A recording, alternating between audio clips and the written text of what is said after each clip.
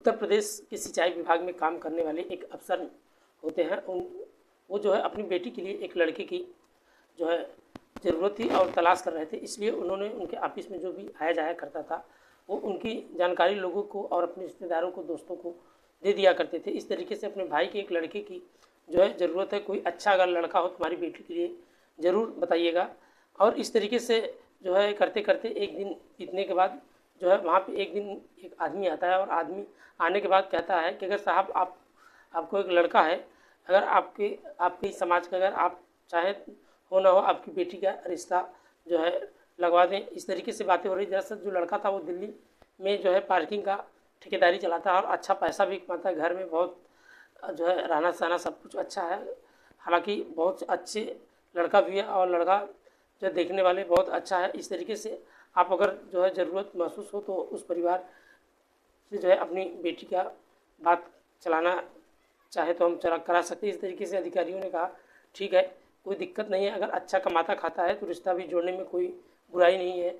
बस उस अधिकारी ने अपनी बेटी के लिए जो लड़का जो है देखता है, वो लड़का देखते ही उसे पसंद आ जाता है। आने के बाद जो है रिश्ता ये तय हो जाती है और शादी होने के बाद जो है धूमधाम से शादी भी हो जाती है। उसके बाद जो है विदा भी लड़की हो जाती है। सब कुछ अच्छा ठीक ठाक चल रहा था। वक्त धीरे धीरे बढ़ता चला जाता है और उसने जो है अपने बच्चों को जो है वही की सहूलियत से देखते हुए अपने बच्चों को अच्छी जो एजुकेशन, अच्छी परवरिश भी दे रहा था। इसलिए उसने लखनऊ में एक मकान भी खरीद रखा था और अपनी पत्नी को वहीं शिफ्ट कर देता है। जब बच्चे होते हैं वो जो है एडमिशन भी उनकी बहुत ही अच्छे स्कूलों में करवा दी जाती है। लेकिन बात ये थी कि एक बार जो है पुलिस आ जाती है और पुलिस जैसे ही आती है और तलाश करने के लिए, जांच पड़ताल करने के लिए आखिरकार मामला क्या है, क्योंकि उस जो है अमीर और करोड़पति जो आदमी था उसने अपने बारे में उसे जो है निकाल दिया जाता है और वो दिल्ली में कोई पार्किंग का ठेकेदार ही नहीं बल्कि एक चोर था।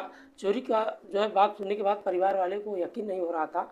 और लेकिन पुलिस ने जब अपनी जानकारी के हिसाब से बताया कि पिछले 22 साल से लगातार इसने 200 घरों में जो है चोरियाँ की, और यानी बड़े बड़े जो है कोठियों में, घरों में जाकर इसने चोरी की। इस तरीके से घर वालों को यकीन नहीं हो रहा था। हालांकि जो है वो पकड़ा जाता है, लेकिन पकड़ने के बाद जो है और उसके पीछे कितनी कहानियाँ क्या होती है, इस कहानी के माध्यम से आज हम जानने और समझने की कोशिश करते हैं कि आखिरकार ये सच्ची घटना कहाँ की है। नमस्कार, आदाब, सत श्री अकाल, भदोही प्लस में आप सबका स्वागत है। मैं आपका दोस्त अमित कुमार।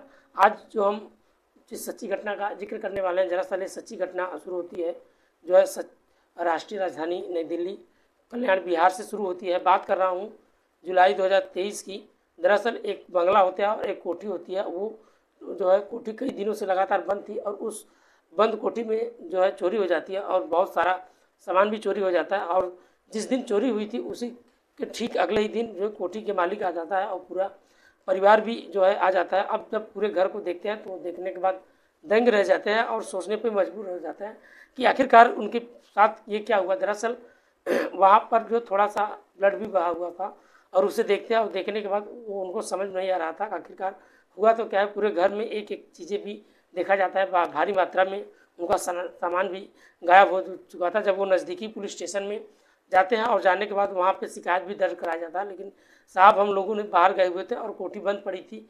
किसी चोर ने वहाँ पर आता है और वहाँ पे जो है चोरी करके जो है इस तरीके से निकल जाता है। उधर जो है IPS अफसर जो है उत्कर्ष होते हैं, उनके नेतृत्व में एक टीम भी गठित की जाती है और टीम गठित करने के बाद जल्द जो है इस मामले का जो है तत्कालीन प्रभाव पे जो है कोशिश करें कि चोर को पकड़ा जाए, ताकि जो है आखिरकार चोर कौन है। दरअसल जो चोर की तलाश करना शुरू कर दिया जाता है और जितने भी आसपास के CCTV कैमरे लगे हुए थे उन सबको कैमरों को खंगालना शुरू कर दिया जाता है। एक स्कूटर पर, जिस स्कूटर पर नंबर था DL4NC8081, इस तरीके से कोई व्यक्ति होता है जो संदिग्ध रूप में घूम रहा था। पुलिस ने के लिए कुछ नहीं मिलता, लेकिन प्राइम सस्पेक्ट जो है उस स्कूटर पे घूमने वाला जो व्यक्ति होता है वो जो है घूम रहा था, लेकिन घूमते घूमते साथ ही उसके पास जो है वो वापस आ जाता है और भारी मात्रा में सामान होती है। उस सामान को देखकर अंदाज़ा लगाया जा सकता था कि शायद यही चोर है, लेकिन बात जब पूरी पुख्ता नहीं होते, आखिरकार जो नंबर था 8081 इस तरीके से रजिस्ट्रेशन नंबर भी निकलवाया जाता है। लेकिन जब रजिस्ट्रेशन नंबर निकलवाया जाता है तो नंबर रजिस्ट्रेशन निकलवाने के बाद आधिकारिक पुलिस ने उस एड्रेस पे पहुंच जाती है और एड्रेस पे पहुंचने के बाद लिखा गया था कि दरअसल वो रहने वाला मूल निवासी नेपाल का विनोद थापा था, लेकिन वो जो है दिल्ली के अंदर पुलिस जाती है और उसको हिरासत में लेती है। हिरासत में लेने के बाद जो है उससे पूछताछ करती है। वो कहता है कि साहब मुझे क्यों पकड़े, मेरी कोई गलती नहीं है। वो कहता है कि पुलिस तुम पर इसके इलाके के में जैसे ही कल्याण विहार और तुम स्कूटर से घूम रहे थे हो ना हो, तुमने ही चोरी की है। इस तरीके से कहा जाता है। साहब स्कूटर मेरा स्कूटर ज़रूर है, लेकिन स्कूटर कल्याण विहार में जो गया ज़रूर था, लेकिन मैं उसे नहीं चला रहा था, बल्कि मेरा जो है जीजा चला रहा था, जिनका नाम मनोज चौबे था। दरअसल वो चलाते हुए आप चाहे तो बात कर लीजिए। जब जो है मनोज चौबे के बारे में बातचीत की जाती तो उसमें पुलिस जो है उस व्यक्ति को देखती है और उस व्यक्ति का नाम जो है मनोज चौबे नहीं था, बल्कि पुलिस को हिसाब से दरअसल उसका नाम कुछ और होना चाहिए था। लेकिन जब उसके पास ये नाम बताया जाता है तो पुलिस को ये यकीन नहीं हो रहा था और इसके बाद पुलिस इस मामले की जांच पड़ताल करना शुरू कर देती है। आखिरकार देर सवेर उस व्यक्ति को पकड़ा जाता है और पकड़ा जाने के बाद जब पूछताछ शुरू किया जाता है, लेकिन इसके बारे में पता चलता है वो उत्तर प्रदेश का एक जगह लगती है सिद्धार्थ नगर, वहाँ का ही निवासी होता है। जब टीम गठित करने के बाद जांच पड़ताल करना जो है शुरू कर दिया जाता है और सामान ज़्यादा से ज़्यादा मात्रा में जो गायब हुई थी, ऐसे में उसके पास कुछ पैसे भी मिलते हैं। लेकिन बहुत ज़्यादा पैसे इसके मिलने के बाद आखिरकार पुलिस ने जब ये मामला जो है बरामदगी तरीके से पता करने की कोशिश की तो उसका मूल गांव था जो है सिद्धार्थ नगर। जो पुलिस वहाँ पे पहुँच जाती है, वहाँ जाने के बाद जो है पुलिस को यकीन नहीं हो रहा था, क्योंकि परिवार के जो लोग थे वहाँ पे मौके पर मिलते हैं और कहते हैं कि साहब जो है मनोज चौबे जो है किसी की कीमत पर चोरी नहीं कर सकता, वो भी पार्किंग का एक बहुत अच्छा ठेकेदार है और बहुत अच्छे पैसे भी कमाता है। उसको यकीन नहीं हो रहा था। यहाँ तक उसने जो है शोहरत गण और उसकी अपने पत्नी के नाम जो स्मिता लाज भी बना चुका था। ऐसे में वहाँ अच्छी खासी उसकी इनकम भी होती है। बाकायदा नेपाल में उसका एक होटल है, वहाँ से भी अच्छा खासा इनकम होता है। इस तरीके से सिद्धार्थ जो है सिद्धार्थ नगर में जो है लीज पर हुआ एक ज़मीन भी एक हॉस्पिटल बना हो, जिसका किराया लगभग 2 लाख रुपए की कीमत पड़ती है।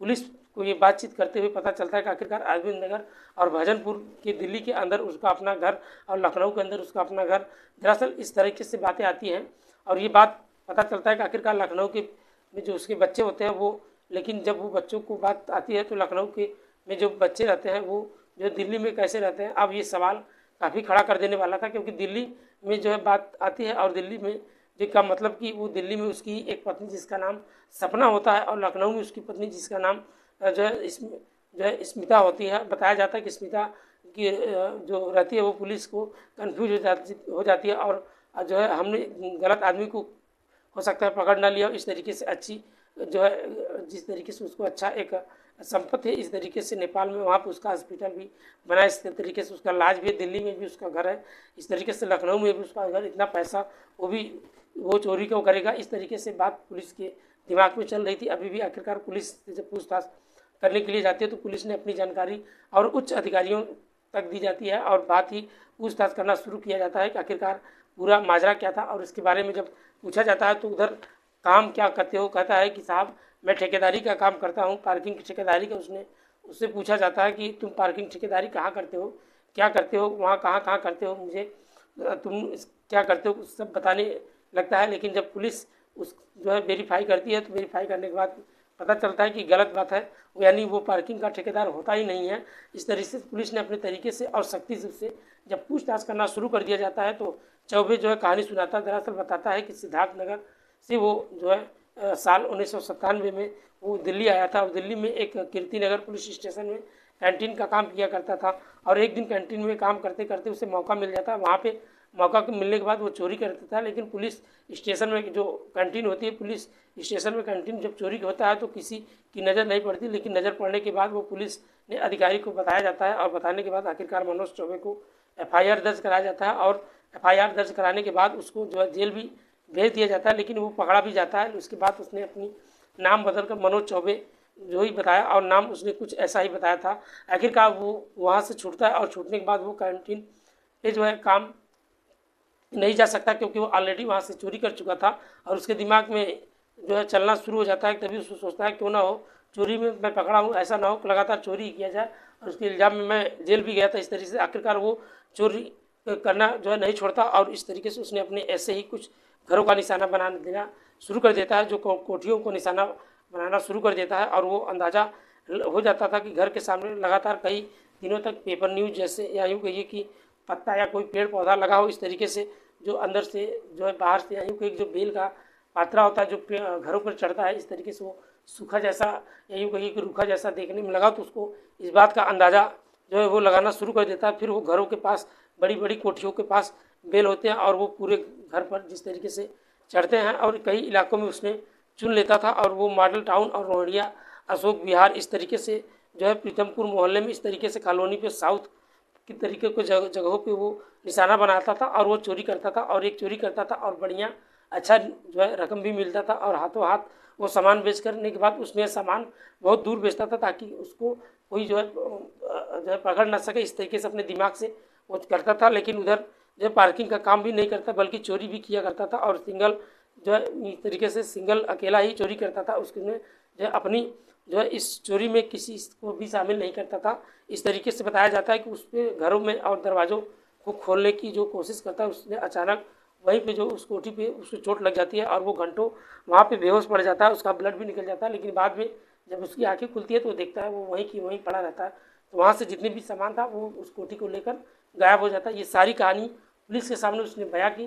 दोस्तों, इस तरीके से जो आए दिन लोग जो है अपने लड़कियों का या अपने बच्चों का शादी विवाह करते हैं, तो प्लीज़ ऐसे शादी विवाह का जो है सही से उसका जो है आप तौर तरीके से उस चीज़ का जो है जांच पड़ताल कर लें, उसके बाद ही शादी विवाह होना चाहिए। और इस तरीके से जो आपने ये जो घटना भी आपके सामने शेयर किया, ये वास्तव में अपने आप में एक बड़ी बात, इस पर कई फिल्में भी बन चुकी हैं, आप चाहें तो देख सकते हैं। दोस्तों, इस पूरे घटना को सुनाने का उद्देश्य किसी का दिल दुखाना या किसी को परेशान करना नहीं था, बस आपके साथ शेयर करना था। आप अपना सपोर्ट और प्यार बनाए रखिए। मिलते हैं नेक्स्ट वीडियो में, आज कहते हैं तब तक के लिए बाय बाय, गुड नाइट, जय हिंद दोस्तों।